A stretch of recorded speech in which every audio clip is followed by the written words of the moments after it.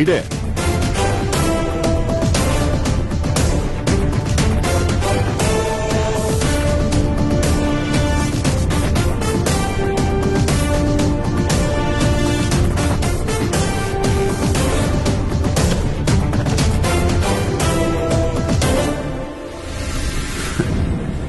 ప్రపంచం చాలా చిన్నది.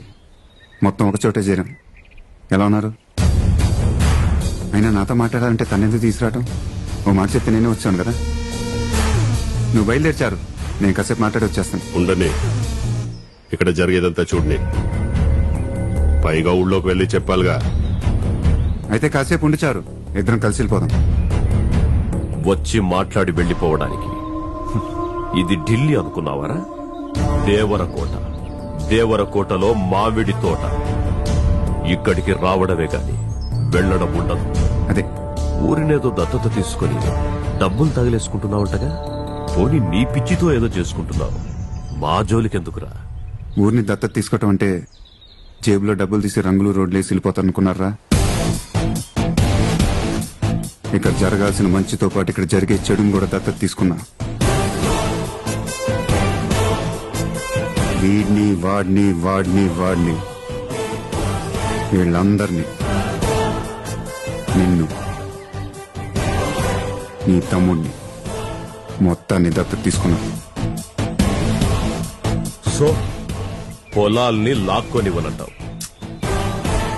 అయినా నేను వచ్చింది ఇప్పుడు దాకా మీరు లాక్కున్న వాటి గురించి మాట్లాడదామని.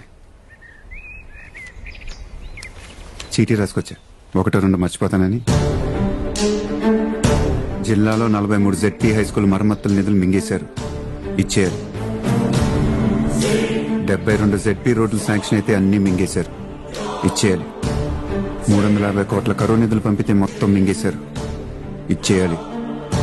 కొన్నేళ్ల క్రితం డైరీలో కాల్ చేసిన 30 మందితో పాటు మీకు అడ్డొచ్చిన 23 మందిని చంపేశారు. మనిషి అన్నోడు చేస్తాడ్రా?